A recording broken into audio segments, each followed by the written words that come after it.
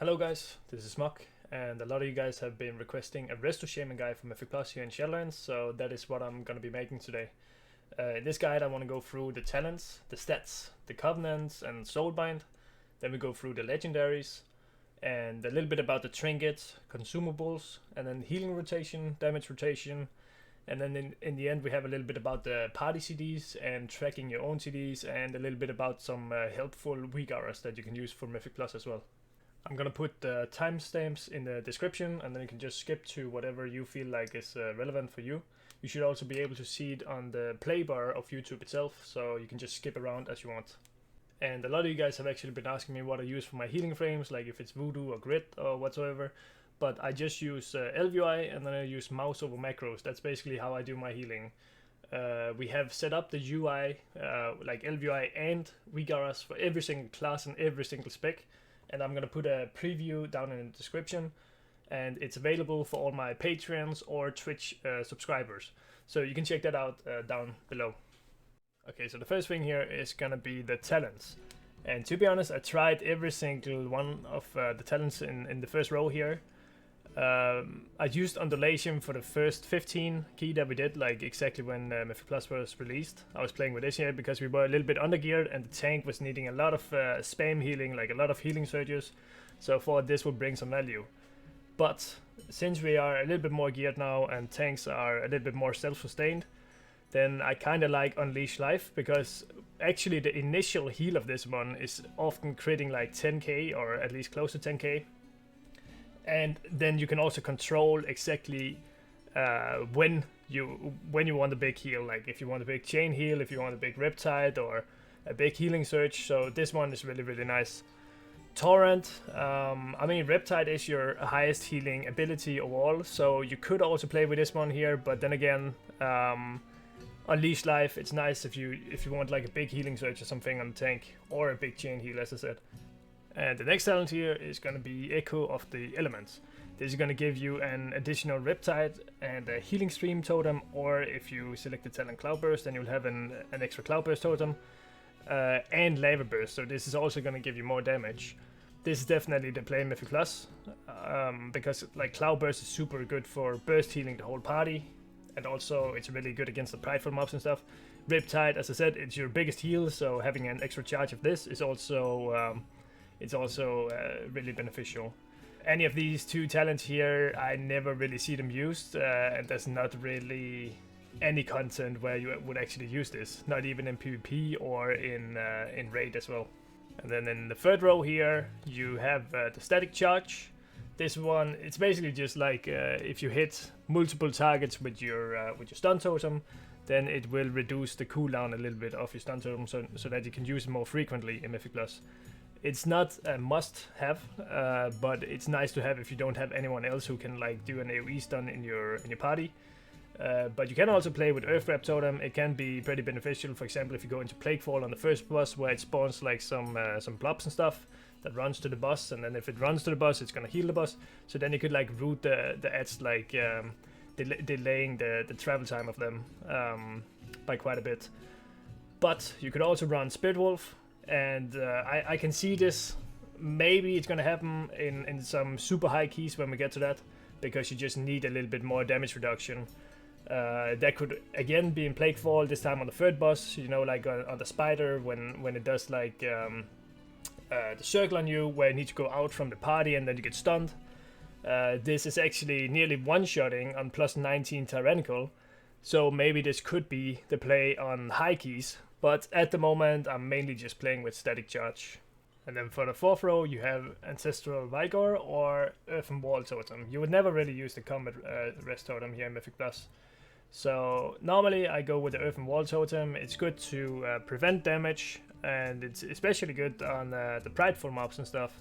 Ancestral Vigor is just gonna increase your HP pool, but I don't really see this beneficial. I think you would save more healing overall by just preventing damage. So Earthen Wall Totem is the way to go for me, at least. And then for the fifth row, I would say once again, everything is actually fine to play. It just depends a little bit on the situation. So Nature's Guardian is a little bit more safety for yourself. Graceful Spirit is just nice because you can like run around. It's really good, like for example on volcanic weeks and stuff where you need to dodge the volcanics and still heal, so then you don't need to like actually stop your cast, and it just reduces the cooldown in half basically, so you only have 60-second cooldown on your Spirit Walker's Grace. Windrush Totem, you could use it for example in the other side where you need to run a lot in that dungeon. Like there's so much movement you need to do, so this could be useful there, but I don't really see myself using this too much, to be honest. Maybe only in that dungeon. And then for the 6th row, you have the Cloudburst Totem. This one basically just replaces your Healing Stream Totem, and it's very, very helpful for like burst healing your whole party. So you can actually decide like exactly when you wanna release this one yourself. Normally, I just let it run out, but there could be situations where you need the healing like at a certain time. And then you can basically just press the totem keybind again, and then you basically put out the heals. So you can also control this one here. Normally I just let it run out, as I said, but if someone is about to die, then you can just pop it. So this is a very, very good ability for big burst healing. And then for the last row here, you have Ascendance. It's nice to have an additional major cooldown. You already have Spirit Link, which is your massive cooldown here for Shaman. But having an additional one is nice if you're planning to do like big pulls, or if stuff is about to get wrong, then you can pop this one here. And if you pop a Cloudburst Totem while you're healing in Ascendance, then you're gonna get a ton of healing into the Cloudburst Totem, which is even more burst healing. Wellspring is only something you would take in raid, and High Tide, I don't even think you play this one in raid anymore. I think it's either, I think you just go Wellspring in raid. But for Mythic Plus, Ascendance is definitely the play. Okay, and then over to the stats here. You can actually go a little bit different builds. So if you want a good overall build, like both for damage and for healing, then you could go Crit, Verse, and Haste. And then Mastery is actually like the least priority, no matter what kind of playstyle you have. So Mastery is only going to give you healing, and in Mythic Plus you also want to try and help out doing as much damage as you can while there's nothing to heal, so you're not just standing doing nothing. But as I said, Crit, Verse, and then Haste is a good overall build. If you're looking to do a little bit more damage, then you can go Haste, Verse, and then Crit. And the main reason for that is basically that your Lava Burst will always crit if you have a Flame Shock up. So by going Haste, Verse, and then Crit, that will give you a little bit more damage, but in reality it's not really that big. It's kind of minor, so any of these stats kind of work. At the moment I'm trying to stack a lot of versatility because I'm also playing a little bit of Arena, as you know.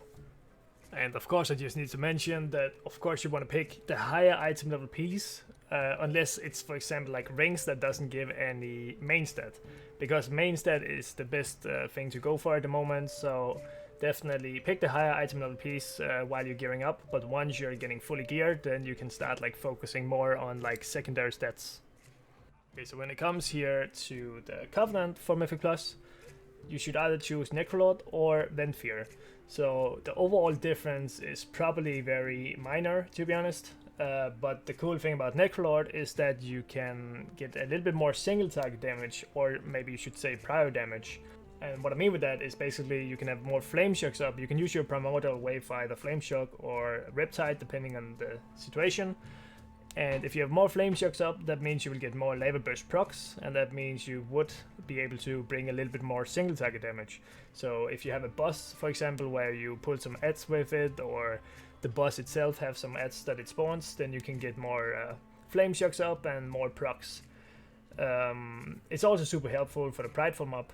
If you pop out a lot of Riptides, and then you use your Primordial Wave, and then you put down your Cloudburst Totem, and what you do then is that you do a Healing Wave, then everyone in your party is getting healed insane amounts, and also you store a lot of healing into the Cloudburst Totem. But if you play Ventfear, for example, then you can also just use Chain Harvest for that, and you're gonna get a ton of party healing for that. So overall in Mythic Plus, it does not really matter too much. It's basically just about the playstyle, what you like to play. Ventfear or Necrolord, honestly, it's a minor difference. And when it comes here to the Soulbind, honestly, I don't really think this is gonna make too much of a difference in Mythic Plus as well. So if you choose Emily here, you have lead by example, and It basically just buffs your intellect after you use Primordial Wave, and also your teammates. This could be good if you combine it, for example, with Tumbling Waves, like this Conduit here, so then you could have some more procs overall. But also it requires you to be kind of stacked a bit, so like I guess it kind of depends like what kind of setup you play. I see this one is insane for raiding, but for Mythic Plus maybe it has a little bit less value. If you play Plague Divisor Marilev, I think you call it, then you have this here, Volatile Solvent, and this one here can give you a lot of different buffs depending on what kind of creature mob that you kill. So I'm gonna just list here what kind of buffs you can get, and then you can see you can get a ton of different buffs depending on what dungeon you play. But honestly, I think the difference is very, very minor. What you really want to look for is basically just like what route you can get like 2 potency conduits in, because the potency conduits is like the one where I really feel like the difference.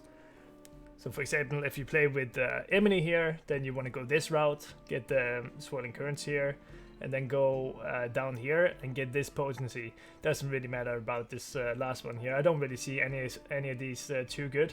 It's definitely better just to go for an extra potency slot. And if you take this like a Plague Divisor Marilev, then you definitely just want to select the left route here again and go for the double potency again. You will get that no matter what here. And that leads us over a little bit to the conduits. And the first conduit here I want to go through is the potency. And for sure the best one here will be Swirling Currents. This one is basically whenever you drop a Healing Stream totem or you drop a Cloud Burst depending on your talent, then you your next 3 healing abilities of Healing Surge, Healing Wave or Riptide is going to be increased by a certain amount. This amount depends on how high item level you have this conduit. So the higher item level, the more bonus you're going to get out of this. And that works for, like, it's the same way for every single conduit. The second potency conduit that I would choose is probably going to be Embrace of Earth or Tumbling Waves. It depends a little bit. Like, if you feel like you need more tank healing, then you could take Embrace of Earth. But if you don't really feel like that's necessary and your tank is very good self-sustained, then you could go with Tumbling Waves. The third option here would be Heavy Rainfall. And this could be if you need a little bit more AoE healing. I don't really feel like I need it, because I feel like Shaman just have so much party healing, so I don't feel like this conduit would be worth it for me. But if you are struggling on, for example, like the Prideful that does a lot of AoE damage, then you could take that conduit as well. But I'm gonna go with Swirling Currents and then Embrace of Earth or Tumbling Waves depending on situation. And what you probably realized is when you see the Endurance and Finesse conduits, then they're not really as powerful as the potency. But I thought that I might as well just mention them. And what I'm using here is just going to be Refreshing Waters for myself. It's basically just like my Healing Surge is buffed when I'm using it on myself. And then I'm using Thunderous Paws for the Finesse. But honestly, there's not really any super beneficial conduits in these sections here. So you should just figure out what works for you and then just play with that. Okay, so over to the Legendary. There's a few that you could play depending on your playstyle. What I'm playing with is Chains of Devastation, and what this basically does is when you use a Chain Heal, then your next Chain Lightning is going to be insta, and when you use your Chain Lightning, then you get insta Chain Heal. So you can just alternate between them and you don't have to cast anything. But if you only use that in order to do damage and healing and you don't use other abilities, then your mana is actually going to burn pretty quickly. So that's not exactly how I play this Legendary, but I will get back into this later. The other option would be Primal Tidecore, and this one is every 4th cast of Riptide, you get an additional Riptide for free on a random target. This one is good for healing, but I feel like Chains of Devastation can support like doing a little bit more damage throughout the whole dungeon instead. But this one, definitely not a bad Legendary as well. It's also used in raid, so if you're raiding as well, it's a very, very good choice. And I saw some people use Spirit Walker's Tidal Totem, but personally, I don't really like this one here, because you only get value out of your Legendary every 3rd minute then. But what it does is basically it just reduces the cast time of your Chain Heal and Healing Wave by 50%, and then the cost by 25%. But as I said, you only get value every 3rd minute, and I don't really see myself ever using this Legendary here. So I would either choose Chains of Devastation or Primal Tidecore. Personally, I just use Chains of Devastation at the moment. So let's talk about the trinkets a bit here. And the trinkets I think you want to aim for is going to be the PvP trinkets. I know this is probably kind of sad to a lot of you, because I know a lot of you don't really do PvP. But you can get these 200 item level without having any rating whatsoever, as long as you just cap a bit of conquest. And you should be able to upgrade it by just having at least a little bit of rating. It doesn't really require too much to at least bump this up to 213. I think there's like 1400 rating. And the cool thing about this is that the insignia here is about 40% uptime in Mythic Plus. Like it's a massive amount of uptime on this trinket here. And then the badge, it's a 1 minute cooldown. It gives you crit, which is also a good stat for Shaman.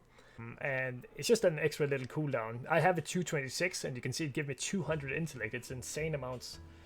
But if you don't really want to bother farming the insignia, for example, then you could also go for the trinket here in Mist. So this one here can proc you a lot of stats. And actually, the fun thing about this trinket here is that it depends on the food buff that you're eating. So if you want to get crit instead, then if you eat crit food, then this trinket here will proc you crit. And I think you can change it every day or something. It's something weird about this trinket. So this trinket is also really good, and in case you actually loot it in your weekly chest, that could also be a good pick. But personally, I'm just going to go for the PvP trinkets. So now for the food buffs here. It's a little bit different than what we used to in BFA, because in BFA we used the Fish Feast, but as we can no longer use that one, then we have to use something else. So the first pick here would be Feast, but those are pretty expensive, so if you don't have that many gold, then you could also just buy secondary stat food buff, which is what I'm doing. So I'm going for a Tenebrow's Crown Roast Aspic, I think you call it. This will give me 30 haste, which is really good. Or you could also go for the crit one, which is Spinefin, Suffle, and Fries. Both of these picks are really, really good. And if you already have the food buff and just looking to recover mana, then you should go for either the mage food, if you have a mage in your group, or just go with Candide, Amberjack, Cakes. Those are the picks for that. And then for the little bit more heavy things, you have the Flask, the Spectral Flask of Power. Then you have the Veiled Augment Rune, I think that's how you pronounce it. This is a little bit expensive though, so I mean you can use it if it's a key that you really want to time, but I mean a lot of people don't really use these runes. And then the last thing here, it's not really a consumable, but I thought it was worth mentioning. It's the Heavy Desolate Armor Kit, and this one just gives you 32 extra stamina on your chest for 2 hours. And those can be bought on auction house, like all these things here. And then for the last thing, we have the potions, and for the potion I use Potion of Phantom Fire for damage. You could also use the Potion of Spectral Intellect if you know that you need to do healing, but you also want to do some damage at the same time. Then you could use this potion. Personally, I don't use it. I just use Phantom Fire. And then if you have the Shadow Core Oil on your weapon, I actually use that instead of Flame Tongue because it does more damage. Then this potion you will benefit more from as well. Then on top of that, you have the Healing Potion and the Mana Potion. You need to keep in mind that the Healing Potion does not share cooldown with your other potions, but the Mana Potion does share cooldown with the Phantom Fire and Intellect, for example. And then just the very last potion that I want to mention is the Invisibility Potion. And this one is good because if you're in a group that doesn't have a rogue for Shroud or anything, or if you die and you already skipped some mobs, then you can get back into the group by using an Invis Potion. Or you can just like tell your whole team that okay, you're gonna invis this whole pack here, and then we're gonna skip that and kill some mobs later in the dungeon. Then it's very nice to have invis potions. It's not a must, but it's just nice to have. So for the healing rotation, what you're mainly gonna use is your Earth Shield, which has 9 stacks, and when you use it on the target, he takes 20% increased healing. So this is normally something I always keep on a tank. And then your second heal is gonna be Riptide, and then Healing Surge. Healing Wave is only if you have Primordial Wave proc, or you're really low on mana, or you know that it's going to be a heavy mana boss fight, for example, and you need to save your mana. Then you can start from the beginning to use Healing Wave pretty much. But normally just Healing Surge and Riptide is going to be your main heals throughout the Mythic Plus dungeon. Chain Heal is good, especially when you have the Chains of Devastation legendary. because then the way I use this is whenever I have nothing to use, then I can use the chain heal, chain lightning. But as soon as I have like Riptide ready or anything like that, then I use that as first priority. The same with Unleash Life. It's also a very good ability, and you use it pretty much just on cooldown. The same goes to the Cloudburst. You pretty much never really hold these. You just pop them whenever you have them. You can, if you know exactly when there's incoming damage, then you can like try and hold them a little bit, but I would never really hold Cloudburst more than, I would say, like 5 to 10 seconds. Healing Rain is not really something I use that much. I use it if we're not having a lot of movement in the group. But if the tank is kiting and stuff, then this ability is kind of useless to put down. It's good against a prideful mob, or if you're in a boss fight where you can stand still for quite a long time and you know you get full value out of your Healing Rain. Otherwise, I would not use it. The same goes to the Earthen Wall totem. It's also like if your tank is kiting, then this totem becomes kinda useless. But if you get a little bit of synergy with your tank and stuff, and you know when he's gonna kite and stuff, then you can get more value out of this. Or especially on the prideful mob, you get a ton of value out of this totem.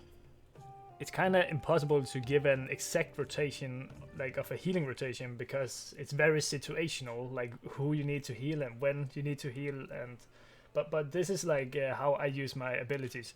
The best way you could also check this out is if you go onto my YouTube and check some of my uploaded runs.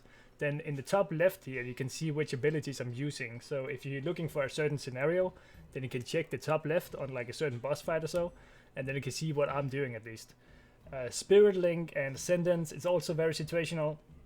It depends if you're going to do like a big pull, or if stuff is about to go wrong, then you can also pop it. But that is something you're gonna get used to.